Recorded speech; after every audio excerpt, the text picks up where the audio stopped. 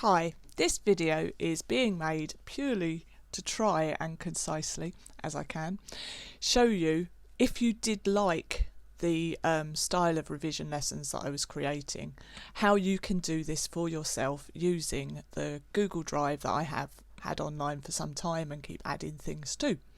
So, step one would definitely be to use the topic checklist. You'd use the checklist to identify your strengths and weaknesses. You will find them all in this folder.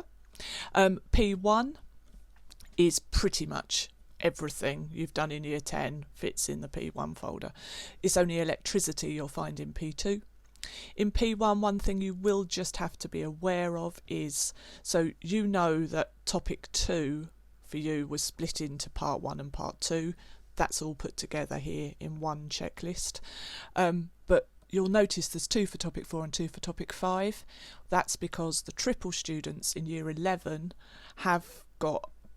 they're only halfway through the topic, so they've got quite a lot more to do.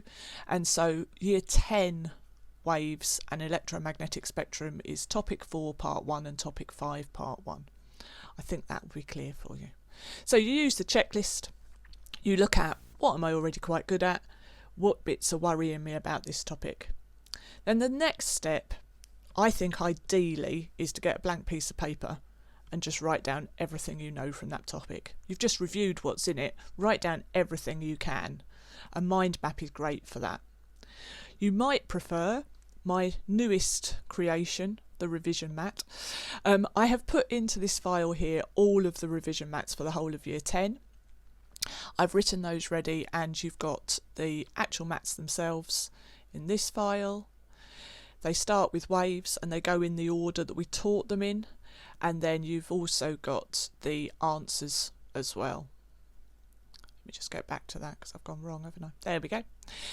The answers were in there too. So the revision mat would be a different way of that overview of the topic. So topic checklist, step 1, identify your strengths and weaknesses. Topic 2, kind of check that the strengths really are strengths because you can do it, and you know that weaknesses are something that will be something sensible to work on. So the third step is to the core knowledge, the keywords part of it. In that part you should really review those for the topic. So you've got loads of ways of reviewing your core knowledge and your keywords. Your core knowledge questions are all in this folder.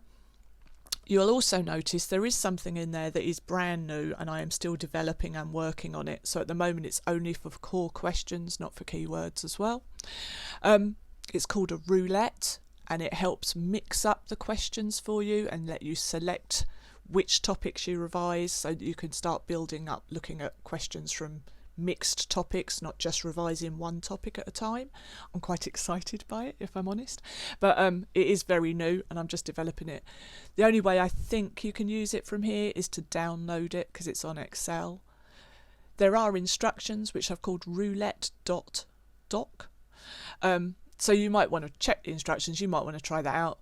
If you want it, use it, but this very much is take what you want and leave what you don't. Okay, right, so core questions are all in that folder, keywords are all in this folder, but you might find it better to jump onto my Quizlet and use it there, because I've made a Quizlet for every single set of core questions and every single set of keywords, as well as some maths ones and stuff as well if you look in there. So that bit is about this topic overview. What's in the topic? What am I good at? Am I really good at it? What are the weaknesses? What bits are worrying me? That is step 1 of revision. Step 2, the big next step, or part 4, is to work on those weaknesses. So at this point, we're thinking about what resources do you have to work on the thing you really don't get yet. So you've obviously got the textbook, you've got that on your Google Classroom, but it is also here. You've also got the notes that you've made in class, your lesson notes. So my groups get a lesson booklet and they are all in this folder. I don't know how much use they will be without having been in the lesson and have your notes added to them, but they are there. If they're any use to you, you're welcome.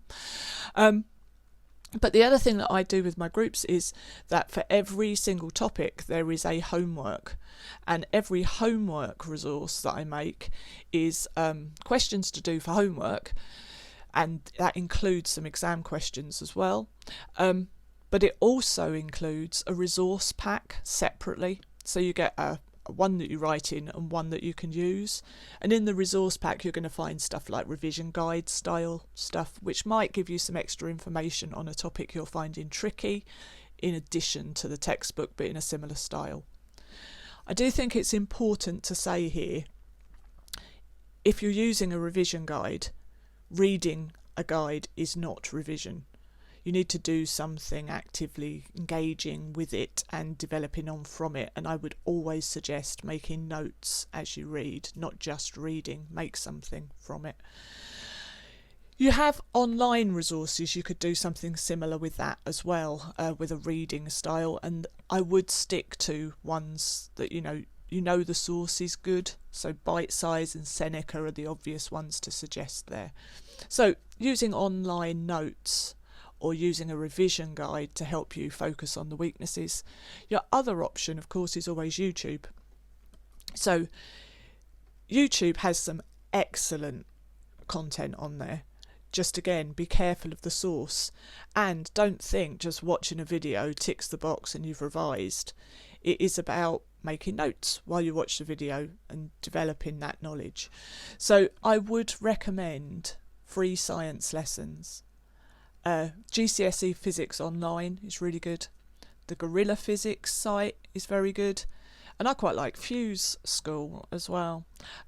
Between those four, you can usually find a quality video on whatever you're stuck on in GCSE Physics, to be fair. If you can't, obviously use the search, but just check the source. Check it's something that's reliable before you go and learn a load of misconceptions, because some fool put a video on YouTube. There is my channel, and obviously hopefully it isn't a fool who's giving you misconceptions, but my channel is, compared with those other four I've mentioned, very, very amateur, and so you might find it useful, you might not. You might want to stick to the professionals on that one. So let's review where we're at. Topic checklist. Identify strengths and weaknesses. Topic overview, revision map, mind mapping. Are you sure your strengths are strengths, your weaknesses? What are we definitely going to choose to move on and work on here? Then using your core questions again for that overview, and then choosing a weakness, just one. Work on one, then you've got better. If you've enjoyed it and you feel a sense of achievement from it, then work on another one. But think about the time you've got, choose a weakness that will make the biggest difference, work on it. The final part of revision, what I would call lesson 2, if I was doing my lesson 1, lesson 2 structure, is to practice applying the knowledge that you have built up. And the best way to do that is with exam papers, because you're going to be assessed 100% on final exams. So there are exam questions picked out for the topics in those homework resources. Okay, when you go to the homework resources, not the resource packs, but the actual homeworks, they do have questions in them, and the mark schemes for them are in a folder called mark schemes. They are the mark schemes for homeworks and things like that. I also have assessments for my groups, so through the year we do a couple of questions on each topic. They're not the nicest questions that I pick out for those, I should warn you, but they are again collated in this assessments folder, so it would save you going, where do I find a question for topic 4? So all of the past paper questions are here in this past papers folder. Not only are the past papers for every 9-to-1 GCSE exam that has ever existed, they're all in there. There are also exam papers for the old style of GCSE, but loads of those questions are still relevant if you're running out of questions to try. You'll find lots of questions in there too. But in the 9-to-1 GCSE folder, you'll find as many past papers as I have access to. But more than that, in each folder, separated into higher and foundation, you'll find not just the paper, but you'll also find the mark scheme and where we have them, an examiner report. They are brilliant for having a look at a model answer, or the difference between why did this answer get 2 out of 6 and this answer get 4 out of 6 and this answer gets 6 out of 6, which my classes will know we use sometimes in class and with homeworks as well.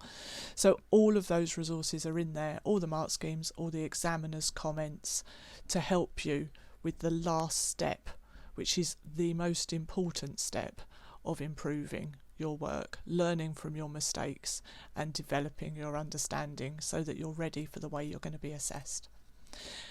Everything is here on this Google Drive for you if you wish to create your own revision experience in my style. If you have liked that, you can do that. This week's lessons I had already written. I've got them ready this weekend. So they are ready, and I've put them here in this folder called Forces Revision Lessons. That would have been on Google Classroom because they're not going to be in the Google Classroom. So if you want one more week of having it done for you, it's here. It's the whole of the Forces topic, part 1 and part 2 put together. I've put the lessons on exactly as I would have put them on the Google Classroom. So when you get to an instruction to do an assignment, there won't be an assignment. So just ignore that instruction and move on. And I think that should have everything covered that you might be stuck with if you want to do it this way. I hope so. I'm going to type up a little quick guide as well and pop it on Google Classroom for you. And obviously if you've got a question, get in touch and I'll try and help you out. I just want to finish by saying I am really missing 10C. I'm missing being in room 6 with you. If we're not back before the change of timetable, it feels awful to have to say goodbye like this, so I won't. I'm going to hunt you down in the corridor and say goodbye properly. I also, though, am excited, and I'm really looking forward to seeing my new groups. And it might be that we meet online first. We'll have to see. But I'm looking forward to getting my teeth into planning for the new groups. I am going to miss year 10. I don't know how to say that. I'm not very good at this bit. So I'm going to stop. I'm going to say, keep well. Keep up your efforts with your physics and stay safe.